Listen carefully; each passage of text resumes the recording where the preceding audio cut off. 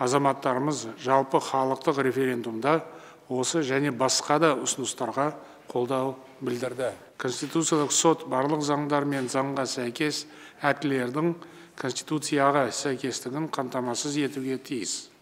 Шын мәнінде Конституциялық сот еліміз үшін өте маңызды институт. Енді азаматтарымыз Конституцияға қайшы келетін нормаларды заңсыз деп тану үшін Конституциялық сотқа тікелей өздері шағымдана алады.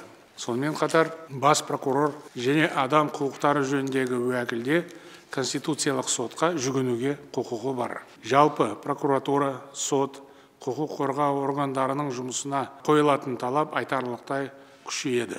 Конституциялық сот депутаттардың және үкіметтің заң шығару жұмысына оң ықпал етеді. Бір сөзбен айтқанда, Конституциялық сот адам құқықтарын қорғау жүйесінің басты тірегіне айналады. Оның қызметі конституциялық заң арқылы реттеледі.